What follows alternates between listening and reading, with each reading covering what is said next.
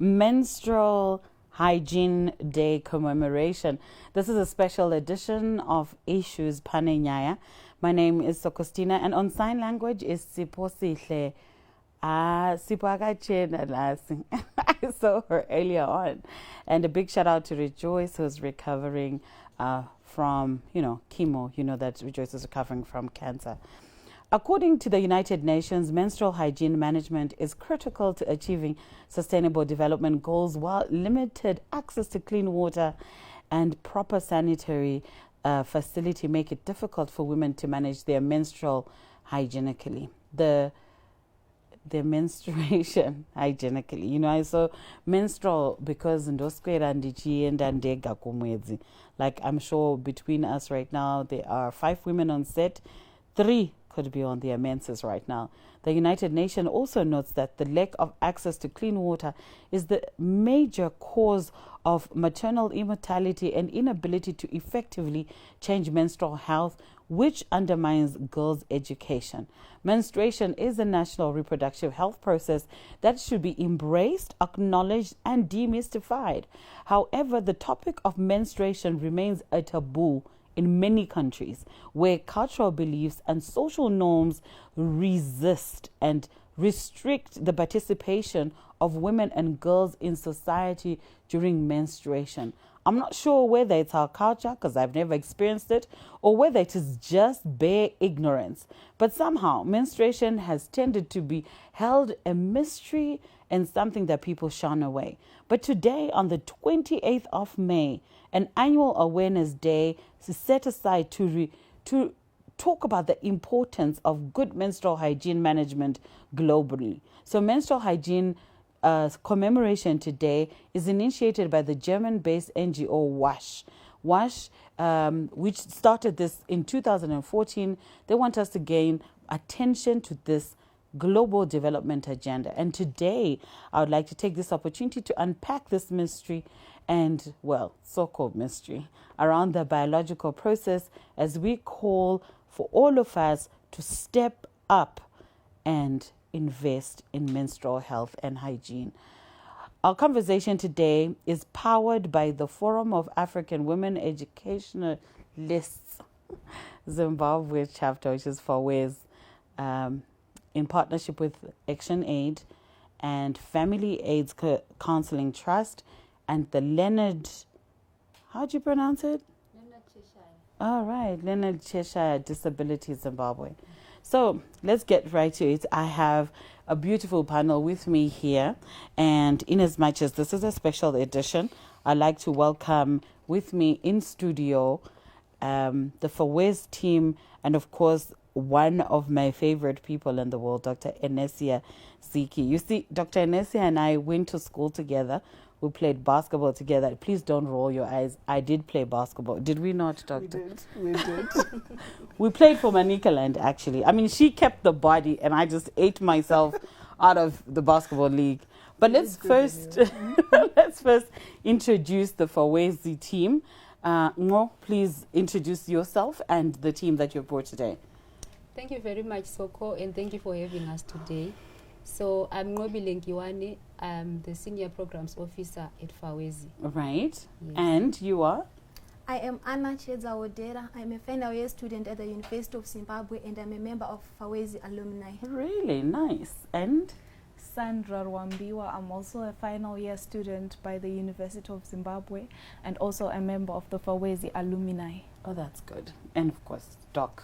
Yes, I'm Dr. Enesia Ziki. I'm an obstetrician and gynaecologist. Thank you for having me tonight. Thank you so much, Dr. Enesia. This is so amazing. I went to school with doctors. I'm just, wanting you to know. So welcome, ladies, to this special edition of Issues Panenya, and we're so excited because you guys are celebrating what most people don't want to talk about, which is menstruation. I don't know, why is it so hard to talk about this, though? Why, Ngobile?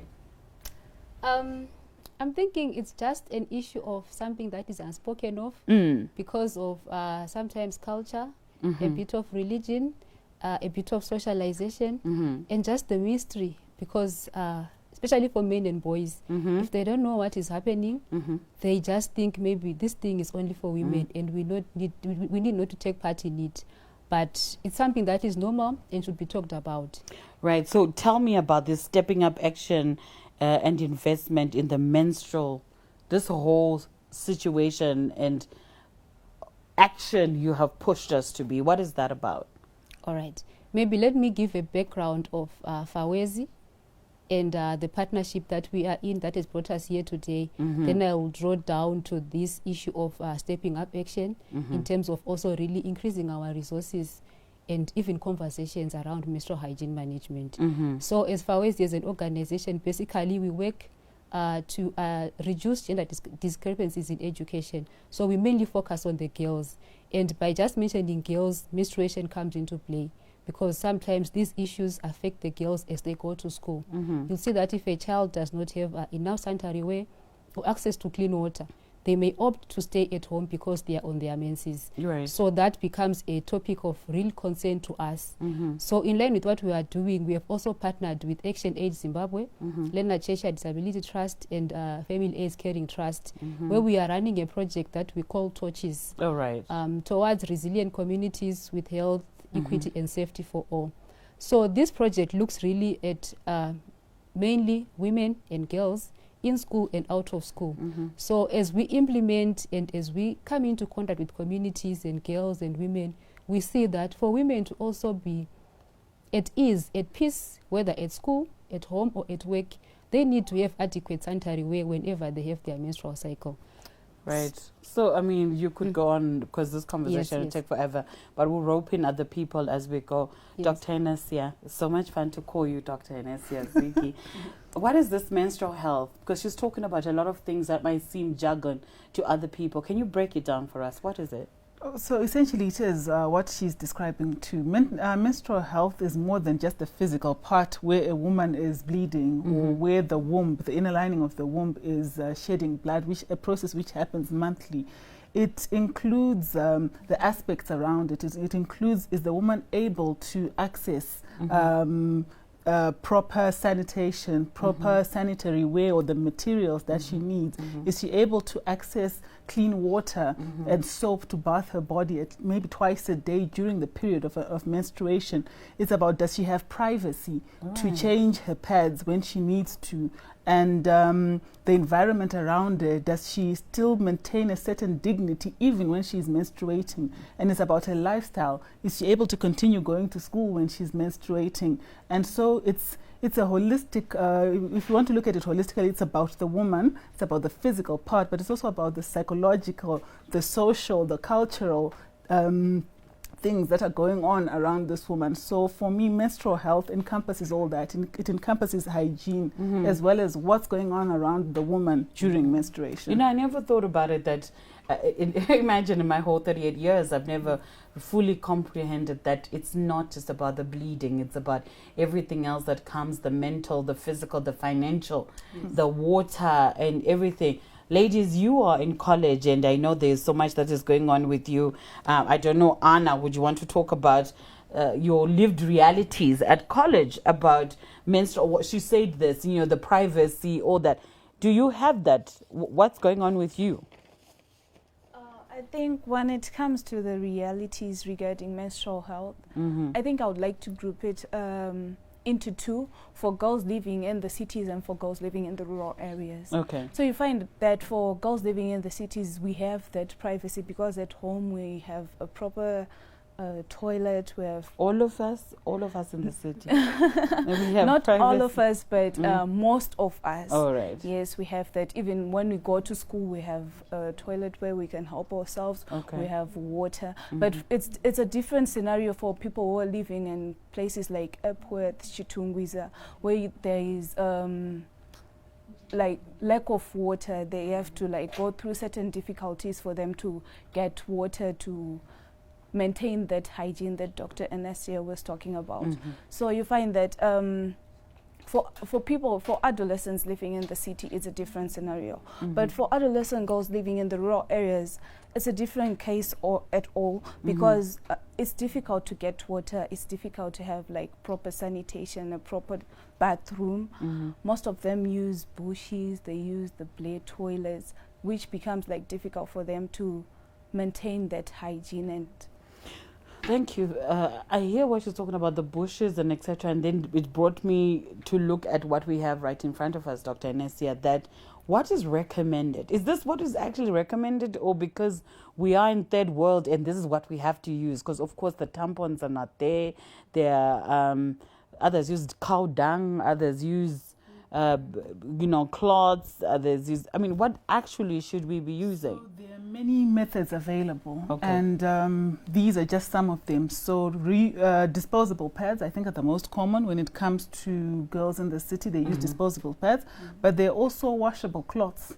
So reusable pads as well, the ones that are shown there. And there's cotton wool, there are tampons, and more recently there are menstrual cups available are to women. those recommended? Yes, they are. They are healthy and sustainable way, because each menstrual cup can take a girl up to 10 years to use. No way. So if a woman can have one method, one cup that she can, or two cups that can take her through 10 years, then yes, it should. But does it also need clean water? Yes. So here comes our issue. That's why we're saying, for me to offer a woman a menstrual cup, she must have access to clean water. Okay. She must have access to soap. She must have access to privacy, because the way when she's changing that menstrual cup, it can get messy. Oh God, can get messy. So she needs to have access to make it workable. So yes, these are recommended methods in young girls and in women. Before I come to Sandra, I want to find out, how long should one wear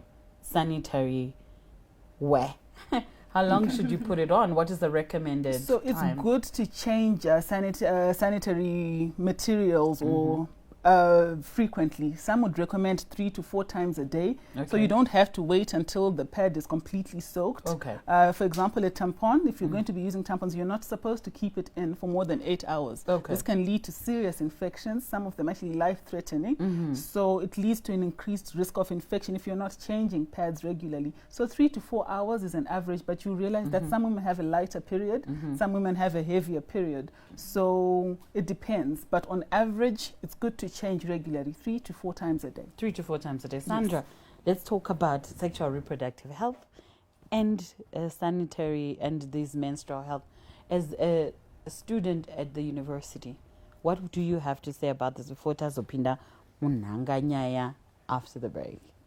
All right. So what I can say about menstrual health and sexual and reproductive health rights, especially as we are commemorating this day, we have realized that so many times girls do not have the time to sit down with their parents, even their female teachers, or even the male teachers to discuss these issues. They are treated as if they are taboos. Okay. They can't be discussed openly. It's like it's shameful to discuss those issues openly. So at the end of the day, girls, they end up getting into this period of their menses without adequate knowledge on how to manage the health, the hygiene that Dr. Enesia has been alluding to. So at the end, we realize that they end up indulging in harmful practices. For example, they keep their pad for a longer time than what is recommended. And they do not have the adequate knowledge on how to really put on the pad, how to change it, what do they really need to do so that they maintain the hygiene that is required. Yes. Well, we'll definitely come after the break and talk more about the link between sexual reproductive health and menses, because they cannot be separated. Kana wakutoenda kumwedzi, it means watopinda munyaya ye sexual reproductive health. So zvese zvetaboo zvatoda kuzvidestroy right after the break.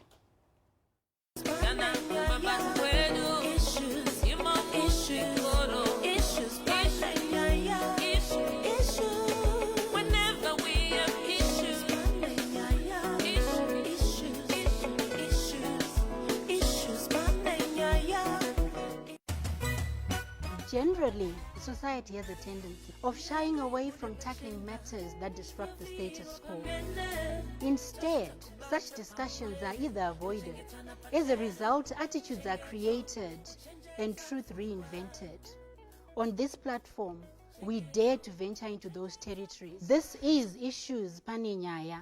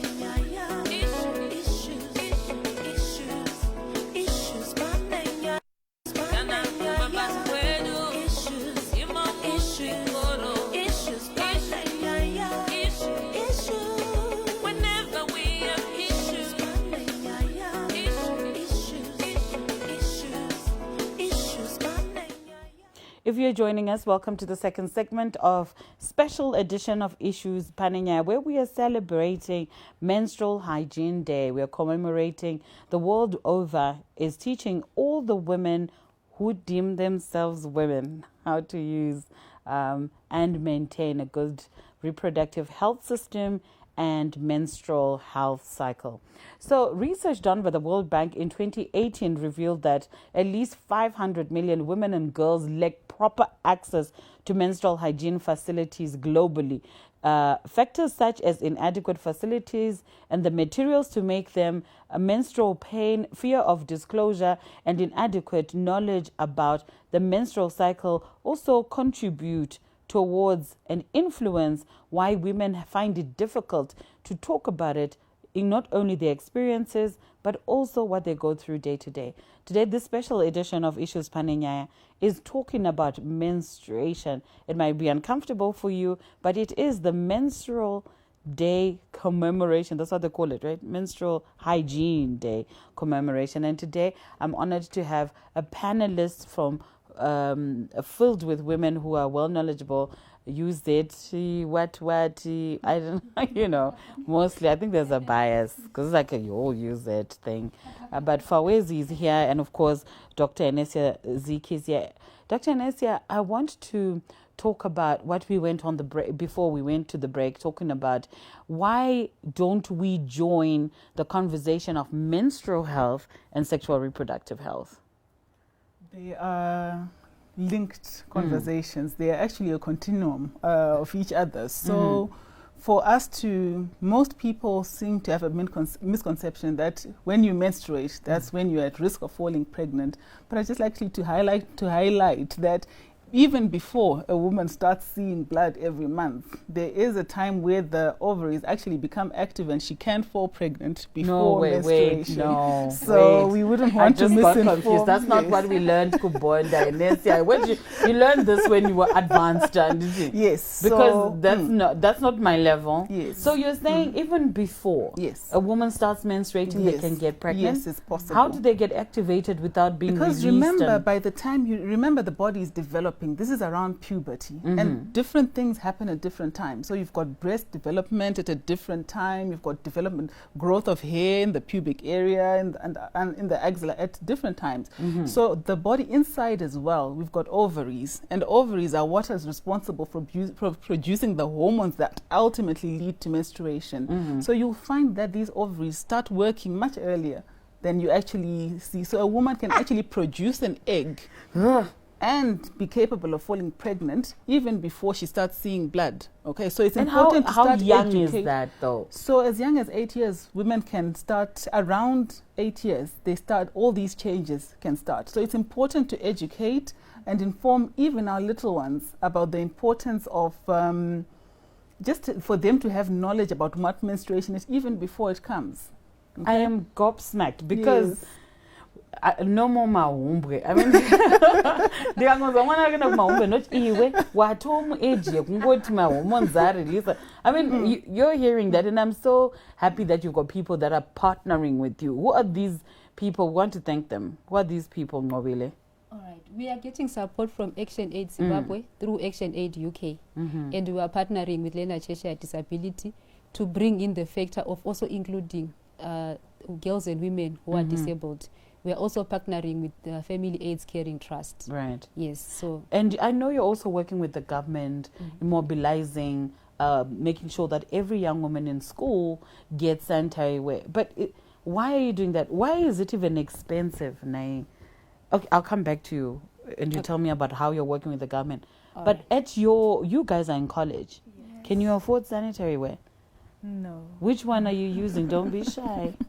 Which one are you using? Recyclable, cotton, pads, tampons? What are you using?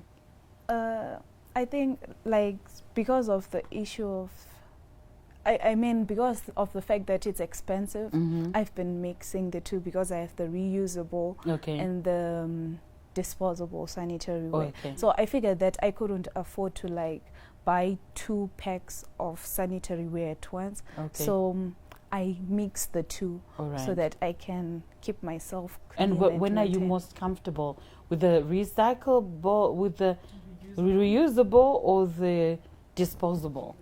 I'm more comfortable with the reusable. Why?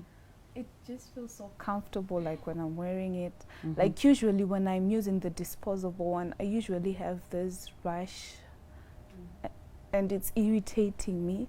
So and the times when it gets moist, I get that irritation. So which is a different feeling from when I'm using the reusable one.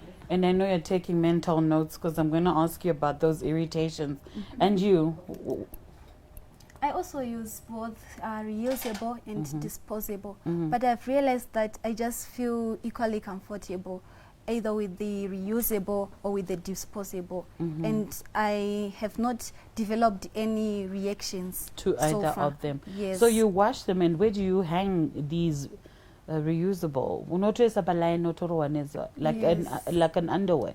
And I feel like they really have to dry to the best of their potential, because if they what do is not their best of their potential? like you really have to put them out there so that they get the sunshine. Maybe if you dry them indoors, they may not really dry up and they may develop some harmful elements, or they may also have an odor that you may not like if you use it for the second time. I know. You've never ironed, you just hang. I know iron. Yes. You need to iron them. Like it depends. If you are at a place where you can get adequate sunshine, and a lot of sun to dry, then also if you have an iron, we have been advised to iron them just for extra killing of germs and the dry. With a warm iron because they do have plastic. Yes, they do. Okay, so Enesia, what Dr. Enesia, when you're used to someone, Dr. Enesia, what happens? Like, she's getting thrush reaction. It's like a Twitter thing. I mean, you know what? The female genital area is a very sensitive area, and so you have to be in sync with your body. What works for me and what doesn't, which is what she's describing there. So some of this material is it's synthetic. So different women may react because of some of them are perfumed, some aren't. So women tend to react differently to what's in there. So you just have to move to another product which you think will not make you sensitive. Because Yes. And then if I do have a reaction, whatever, thrash or how do Most of these are self-limiting. You realize once you stop the offending agent, if it's the pad, you stop using it, then you're okay. And if obviously you develop a more serious rash, then that's the time to seek medical attention. Or to go and see Dr. Enesia. It's time to see me. All right. So, ladies, today is the 28th.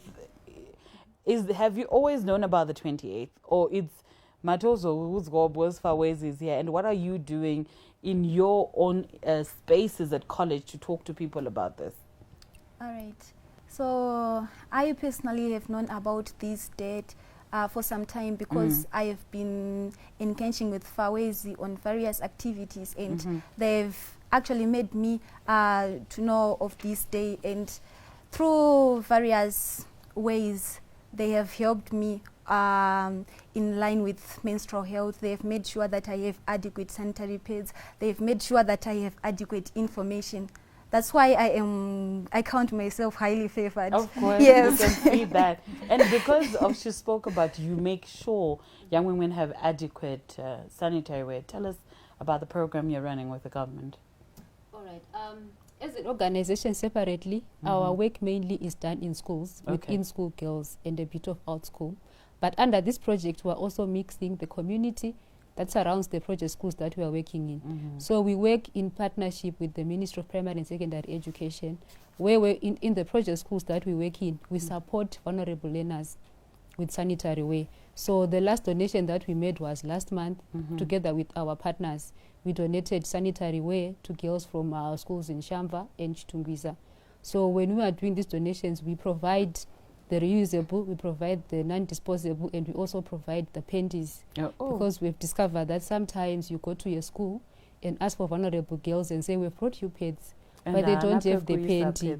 Yes, so together with our partners, we do that. And then we also, like we did today, bring along a medical expert. When we do that again, we also invite local nurses, local healthcare workers, village community workers who also come and explain to the girls in line with their context to say, you are here in Shamba, there's no water. What do you do if you are using a cloth? What do you do if you are using a reusable pad? Where do I pack it? You know, these issues are broad, so sometimes you give them this reusable pad, and when she changes, she said you should change. Where does she put it while she's at school? Right. It's maybe Hannah Sechel. So imagine a girl, rural area, no school bag with a reusable 4 hours pad. You've heavily bled. Yes, where do I put it? So we address those to say, as girls, how can we become maybe each other's keepers, to say, if somebody doesn't have a bag, if they are boys, they also know about that. Let's respect these girls' bags. If you see a girl with a stained your skirt, it's a normal process. But how sustainable is this? You give them sanitary wear and then what? What do they do? The need is big, will never really match, but we're also happy that the ministry, the government last year, I remember, they allocated a budget to support girls mainly in rural areas with sanitary pads. So I think the ministry is also doing some work in also making sure that girls at school get support. There are many other partners who do the same too, but still the need is big. We would want a world, a Zimbabwe, where sanitary wear is free, where somebody walks into a school toilet and finds a pack of pads just to change and go back to the classroom. So that's our desire, because even if you give somebody today, 3 months down the line, they need more. And referring to the cup, which doctor said may last longer, there are many also misconceptions around the cup, issues of virginity, issues of cultural acceptance.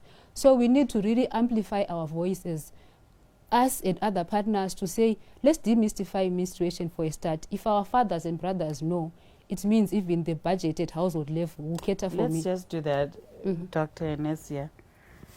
Virginity and the cup. Please tell them that what virginity is. What's this whole thing about virginity? It's such a broad concept. I don't think we'll have time to discuss it today. But wearing a tampon or wearing a menstrual cup does not take away virginity. What we call virginity is actually a very thin membrane, which goes away with time, which is by the time you are 16, where you've used pads, where you've done this, the membrane can actually where you've played, the membrane has probably disappeared. It's not there. So it's not a brick that's there closing or a layer of cement which you have needs to be broken. Right. So our concept of virginity, I think, can lead to misinformation, like to lack of adequate, like. So you're saying a cups. tampon, like this little tampon, does no damage at all? No, it will How not. far is this little thin layer? It's so up?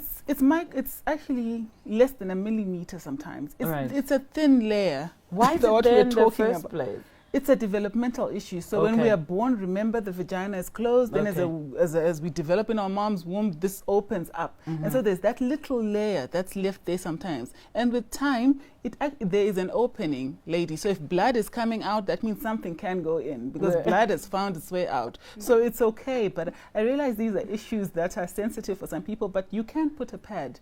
And it's safe, and you remain a virgin Oh my because you have God. not had intercourse. So we're definitely coming back after the break because I love this has been demystified to say it's not that deep, literally. It's not that It's deep. not. We'll continue this conversation after the break.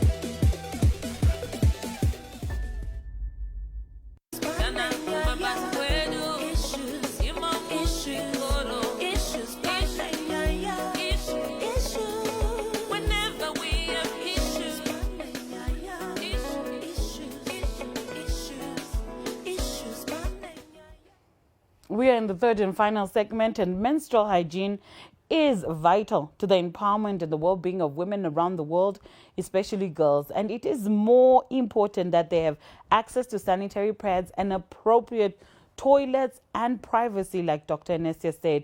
Menstrual hygiene is also about ensuring that women and girls live in an environment that values and supports their ability to manage this phenomenon, because it is beautiful and it's dignified. We are celebrating Menstrual Hygiene Day today because this is what is important to every woman. Third segment of Issues Panenyaya. My name is Sokostina, and Sipo Sihlendlovu is on sign language. In the previous segment, we were talking and demystifying issues about sexual reproductive health, our hymen, going to our periods, and of course what is important to us is the access. Access is not just being able to pay for this mobile. Access is also, where do I find it? Is it available everywhere, countrywide? Because if you can't access it, there are different methods, of course, for being safe, and there are also different places where you can get the safety. So, Dr. Enesia Ziki, in this segment, we just want you to drive it home. Your whole study and years of going to college was because of this. Yes. This is the whole thing. Yes, it is. Tell them, drive it home, why it is so important to balance our sexual health and our menstrual health, because menstrual health is sexual health, right? Not necessarily. Okay. Yes, it's sexual reproductive health. Okay. To be, yeah. So why are they important and why are they linked? Well, when you're having why I think information is important. If by the time a woman is having her menstruation, I think it's important to know, is this the right time? Is this normal? Is what I'm going through normal? And it takes away some of the psychological issues a woman will have because women necessarily think, okay, if I've had my period, it automatically means then I can fall pregnant later on in life. Or if my menstruation doesn't come, it means I won't be able to fall pregnant. So they are linked in that respect. Is there any chance that sometimes if things go bad menstrual-wise, like, keeping a tampon for longer or whatever, can you get barren, or is that ludicrous? No, it's not. It's not actually. You can get infections. They Okay. are, but it's quite. It's there have been reported cases of girls forgetting their tampons for days and actually getting into shock because of a severe infection that comes from that. Okay. So that's why it's important to be in sync with your body, to be alert and remove that tampon. So you can get infections. And remember, when you get an infection, I've said the female genital area is very sensitive.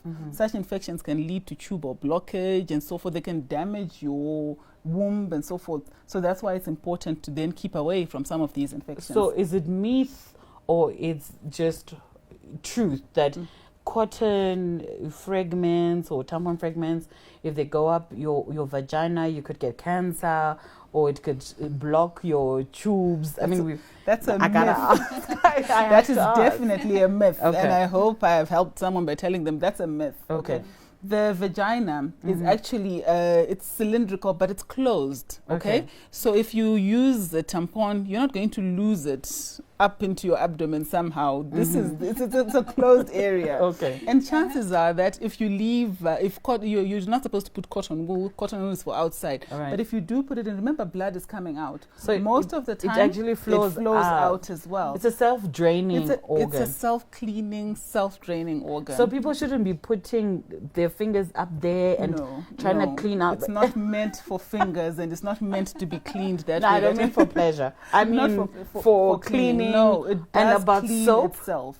You're not supposed to introduce soap into the vagina, but you can use mild soaps to clean the outside, soap and water, to prevent the odor, because you do know that when blood comes out, as soon as air hits it, there's an odor there. Right. So you have to be able to use soap and water to So clean just the the labia outside. majora and the minora, those can be cleaned. Okay, but Yes. nothing, no any other detergents. So if you can't find a tampon and you're sure you've placed a tampon, because some of the times women come to my office and they're saying, "Doctor, I'm sure I put in a tampon and I can't find it."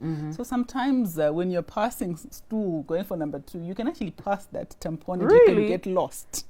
So that's why. But if you are unsure, then yes, come to your doctor. Come to your doctor, who will examine you and confirm that, okay, there's actually nothing there. Absolutely. But it's quite rare for you to lose things up there. Thanks. I had to clear up some things for some people. And before I come to you to wrap up, ladies, I mean, what else would you want for the young women out there to know that you've experienced and learned and want to encourage them? All right. I have learned that this is not shameful.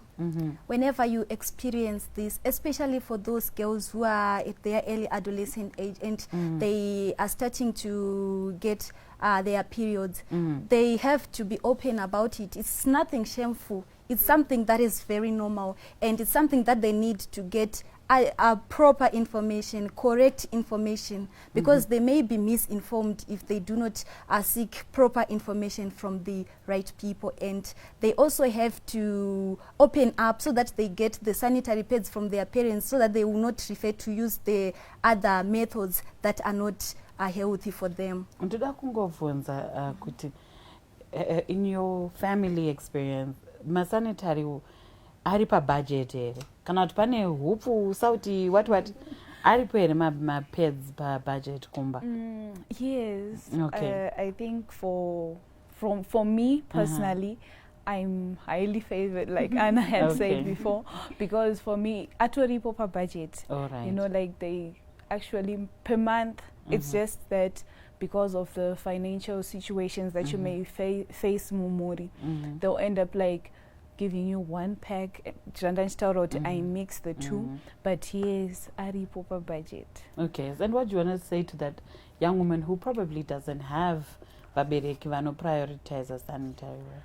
I think my biggest advice to the young women out there is that, like, this was a problem that that came to rise during the COVID-19 pandemic, where we saw adolescent girls getting involved with blessers or dating a guys just so that they could buy sanitary wear. So I just wanted to advise them that they should not resort to such harmful practices and get involved with them, but rather look for understandable means of income. Like most of us vezera redu vari kuita zvekutengesa, munhu anonotenga kapeki kake kemasters ke $2 otowana something. So at the end of the day you'll be able like to afford it. You have to be innovative to make money. True. But coming to you as we wrap up the show, are you going out into the rural areas or in peri-urban to teach how to make these since pa budget haiskubuda mari?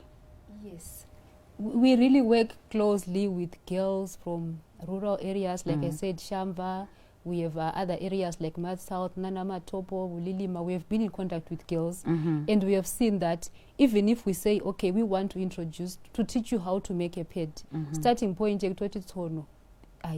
Okay. So there's still a lot more that we need to do. We sometimes, together with other partners, yes, provide material, provide the teaching of making these pads, but again, the issues of water always come into play. So we mix the donation of the disposable, the Drilling information of sharing. balls? Yes, we have done drilling of balls. Last year we did drilling of balls in schools in Shamba, and also we did some water tanks in Shamba and Shtumbiza again with the same partners. So we are trying to complement our efforts in saying, if we give somebody a pad, they still need water to wash their hands, they need a room to change. So also we've been working to complement government efforts in schools by furnishing those rooms, guidance and counseling, because they need sometimes a bed for the period pains to lie down, which are terrible. They need painkillers, they need a mirror, you need a towel, you need soap. So we also did that to say, with the schools where we're working in, do we have a GNC room? If it's there, we support in furnishing, to just kind of provide a holistic support to the girls. But I just want to say that this issue of menstrual hygiene SOCO is big, because if I don't have the proper way, you see, because like the girl goes for a menses every month, and so you might miss school maybe 3 to 7 days a month, which grows to 3 months, 3 times in a term, about 12 times in a year, and sometimes that repeated absence from school sometimes leads to total dropout or missing out or poor grades and all. Which is true, is true. And if you just wrap up, because I'm being told we're running out of time. Okay, so I'm just saying this issue, menstrual hygiene management, is quite a big issue. It's everybody's business, and it's nothing to be shy about. So as an organization with our partners, we really want to say, to call upon government, the stakeholders, to prioritize, to add on to the resources, to support girls and understand.